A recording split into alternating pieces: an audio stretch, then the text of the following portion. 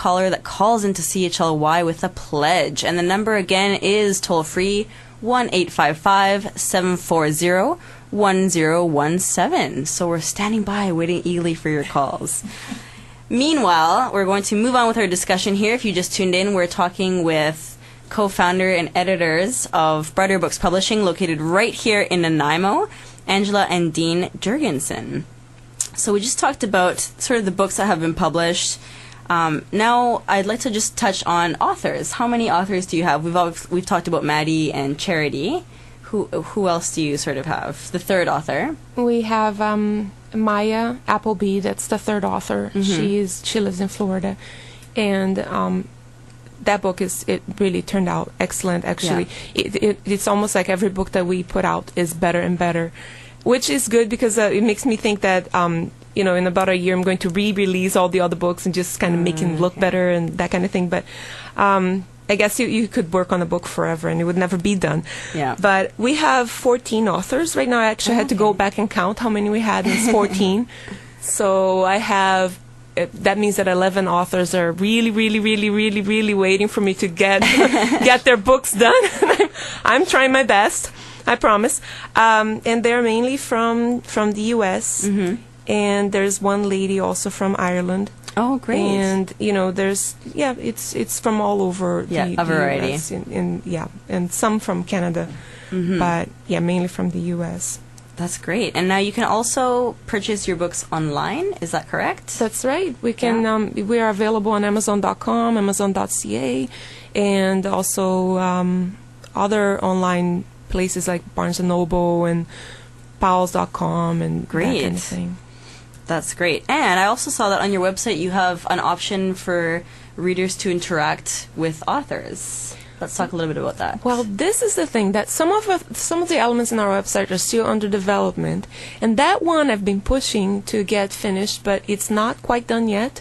I'm not doing the website design. It's been done locally here through a company in Nanaimo as well, but they've been working on it for a while. But I've seen on the background what it looks like, and it's like a Facebook, but it's going to be a Facebook in our website. So you log in, you make your little profile, and you can interact with the authors who also will have a profile, and actually in their contracts they have to sign that they have to interact with the readers, which kind of mean of me. They all were like, well, really? Well, yes, you do. I'm sorry. So, that's going to be fun when it starts. Yeah. It's going to be really fun. That's something that you don't get very often, the opportunity to actually interact with the author of a book that you might really enjoy. Well, I think that the authors, you may think that they're recluse and all that, but the computer gives them an option to interact with the reader without having to really, go and meet people or anything. I mean, I myself, I do like being behind the screen and just, but it's great if I can interact with a bunch of people that love my work, and I can interact with them from my home. That's a really great tool, I think. It is, yeah. Yeah, it really facilitates those connections. Yeah. And easily over the computer. That's right. Also because we have the Living Book Project, which is a different thing we're trying to do. Well, what I say is we have 3 editors right now, me, my husband, and our second editor, who is Amy Bright. And we have 3 editors, but really everybody reads a book and they have lots of ideas of how to change and make the book better, right?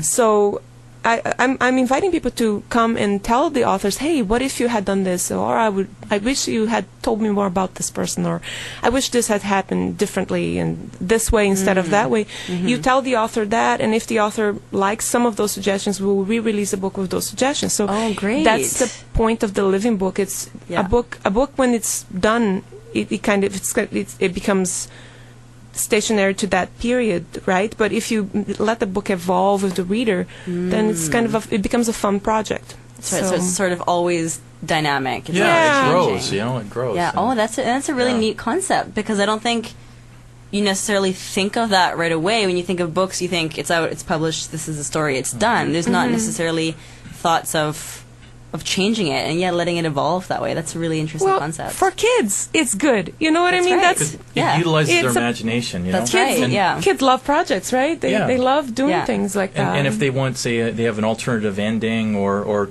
we can re-release it with alternative endings, and it's exciting and interactive. That's great. And but I did promise the authors, don't worry, your original is still going to always be there. We're just going to have the original and then the expanded version. So we'll call it the expanded version, and then okay. But the author, of course, retains all the copyright on all of the updates, so they don't lose anything. It's basically fan fiction. This is what gave me the idea. Fan fiction is so popular nowadays. You see fan fiction all over the internet. And so, this is a way of getting fan fiction bring into the mainstream. Yeah, that's right. Yeah. That's great. We're just going to take a short break, and I'm going to pass it off to Suzanne. Thank you, Chantel. And you're listening to CHLY 101.7 FM, your campus and community station, based in downtown Nanaimo, but of course heard wherever there's an internet connection at chly.ca, where we stream live and podcast. And at this time in the show, we bring you an event update. There are loads of things going on this coming Saturday, December 3rd. So that's the date we're going to focus on here, and I think that if you organize this well, you can actually probably do all of them. So we'll start with the Green Thumb Christmas Farmers Market. That takes place at the Green Thumb Garden Center in the main greenhouse. That's 6261 Hammond Bay Road in Nanaimo. It happens Saturday, December 3rd from 10 until 3. It's free, and it's a Christmas farmers market. Join our local farmers and artisans in celebrating the holidays. Free digital photos with Santa and a food donation, 2 loaves and fishes, kids crafts, and more. Go to www.greenthumbnanaimo.com for more info. And this will be a non-profit market to promote keeping it local for the holidays. And everyone is welcome, of course. Discover the simple joy of getting to know the folks who produce our food and the many talented artisans here on Vancouver Island. The participating vendors, we promised we'd read this list this week. Slow Rise Bakery, very popular.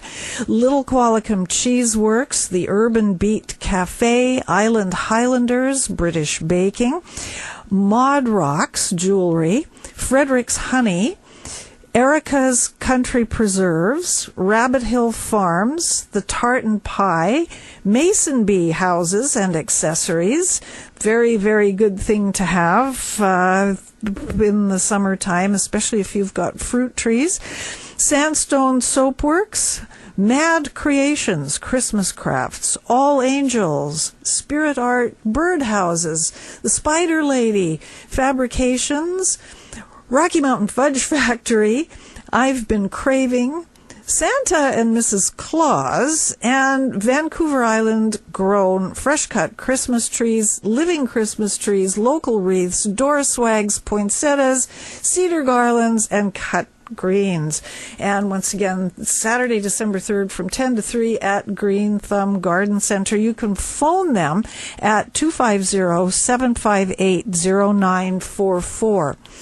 Also on Saturday, December 3rd from 10 until 2, Handmade for the Holidays Winter Market, and that will take place at Wellington Hall, 3922 Corunna Avenue, just off the Island Highway near Country Club Center. It's hosted by the Felted Fern. And once again, admission is free. Support local, support handmade. The Handmade for the Holidays Winter Market is a chance for you to support local artisans this season. They will be offering free entertainment with live music and face painting. And it's a vast array of wonderful handcraft goods, many of which are eco-friendly and use repurposed natural and locally sourced materials. You'll find unique items that are good for the soul and good for the earth. The entertainment features Ira Pelletier of Skagway and face painting done by a professional makeup artist. Take the challenge, buy local and handmade this season, and you can find out more by checking www.thefeltedfern.com, or you can phone Emily at 250-713-2067. And those two events are not too far apart. There is also the Nanaimo Art Walk taking place downtown and in the Old City Quarter, and this is actually on Sunday as well, so December 3rd and 4th from 11 till 5. It takes place in homes, studios, galleries, and other venues of over 50 Nanaimo artists.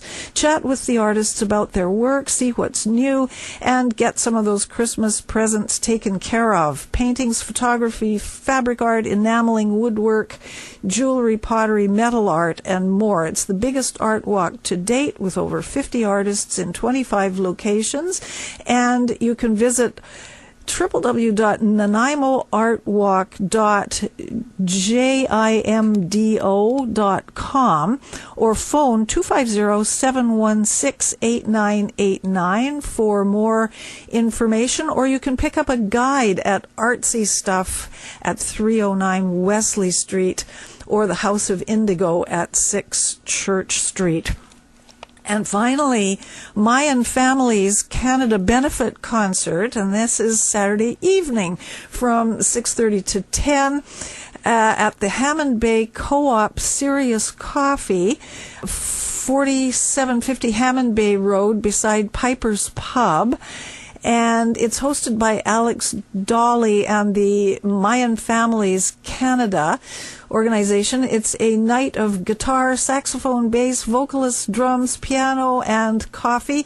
All proceeds going to Mayan Families Canada, a locally based organization that supports sustainable living initiatives for Indigenous communities in Guatemala.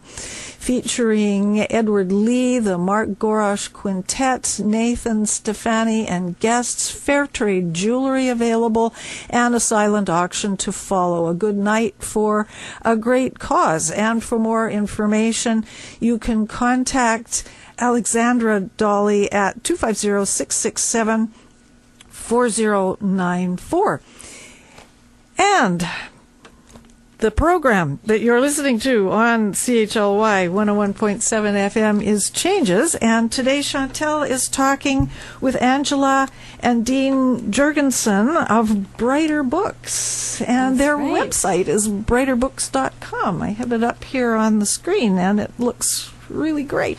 It is, yeah. I've actually checked out the website extensively myself, and it's great. There's a lot of great information on it, and everything that we are talking about today, most of it, the projects and that kind of thing that we'll be talking about soon, that's all available on the website as well. So please do check out the website, brighterbooks.com. Lots of great information there. So we talked a little bit about the books and the authors, so I want to get into the different programs that Brighter Books is doing, and they're doing actually a lot to help reduce our waste, which is sort of one of the things that I first noticed about them. So I want to spend quite a bit of time talking about that. So the first sort of program or initiative that I'm going to ask you guys about is the Read Cycle program. Can you tell me a little bit about that? Well, the Read Cycle program is an idea that we had when you buy a book and the book is not being read, it's a waste of a book, really. There are people that need the book, so we figured if we could give incentives to people to recycle their books, not only our books that we print, but any book, just go ahead and donate the book to a library or to any community center that needs books, and then let us know about it, and we'll give you a sneak peek on email of one of our upcoming books. So we're still kind of, no one has really emailed us. It's the email for letting us know about this is readcycle, READCYCLE @brighterbooks.com, and we have gotten no emails, which means that no one knows about us. But it would be really great. I mean, we invite people to send in the books to us if they want, and then we'll donate it in their name, or just go ahead and donate the book anywhere. And we'll give you some sneak peeks and some some fun things that we're still trying to figure out exactly. I would like to do some sort of prize system or that kind of thing, but definitely sneak peeks of the upcoming books, that would be awesome. So yeah, and that's great, because I'm sure that a lot of books that eventually they're sort of at the end of their life, for one person they get recycled maybe right away, or they just get disposed of, instead of sort of having them put back into the community, because they always can be. Someone else can always read that book. Right? Exactly. So that's a really good initiative. Yeah, that's great. And something else I'd like to point out too, but